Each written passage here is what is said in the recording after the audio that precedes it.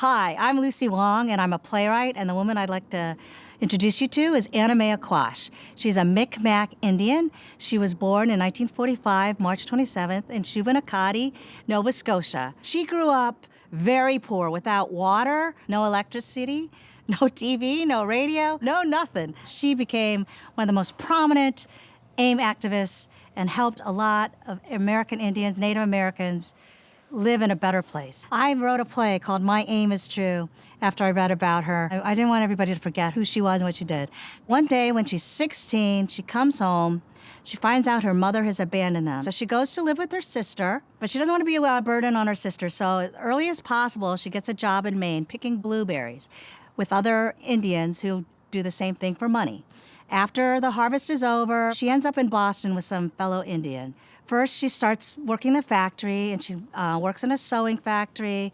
And because she came down with fellow Indians, she tries to get work for them. And she felt that a lot of Indians were actually very smart. They just were like shunned and didn't take any pride. And if they had the right environment, they might really thrive and blossom. She's a stellar teacher. She's teaching Indians dropouts like herself. She co-founded a therapy program for Indian alcoholics. She works for Tribe. It's teaching and research in bicultural education. She's raising money for these activist schools. She called them survival schools. She knows the power of education. That's how she gets a scholarship to Brandeis. But she's very concerned. There are plenty of people who will take this Brandeis fellowship. Who will take her place to help the fellow Native American? So she turns it down. After she turns down the scholarship, she decides she still wants to work for the Indian causes. In 1972, in Washington, D.C., they're mounting a big protest. Everybody in the nation is hearing about this, the Trail of Broken Treaties. Annamaya goes to join her fellow Indians to march on Washington at the Bureau of Indian Affairs. And I think she really finds herself there. She's like, wow, all these people are upset and care about Native American justice, just like me. And this is called what? Oh, the American Indian Movement, AIM. So that's her introduction to AIM. She's so energized by the momentum and seeing the solidarity of all these people who care about Indian rights. From there, she goes to Wounded Knee, and she becomes a target of the FBI from that day forward. So they've arrested Annamaya a couple times on bogus charges. On the last time when she's arrested in a group with her friends, the FBI thinks, why don't we let Annamaya out first?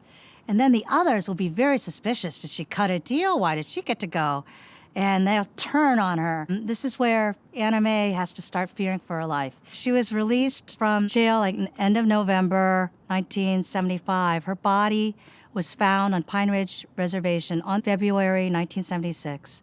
She was shot in the back of her head at close range. They found a bullet there. And it's unsolved today. There have been many trials. 2 people went to jail for it, but they're not really sure they're the right people. It seems like it was somebody within AIM. But as Dennis Banks once said, the FBI set AIM up to shoot their own people. She stuck with me so much. She could have chosen a more comfortable life, but she couldn't do it. She said to her sister, if you saw how these people were treated, how they lived, you couldn't abandon them either. What she teaches me is it doesn't matter how modest your beginnings. If you believe in what you do, go for it, be bold. You can make a difference too. I fell in love with her because she gives me courage every day.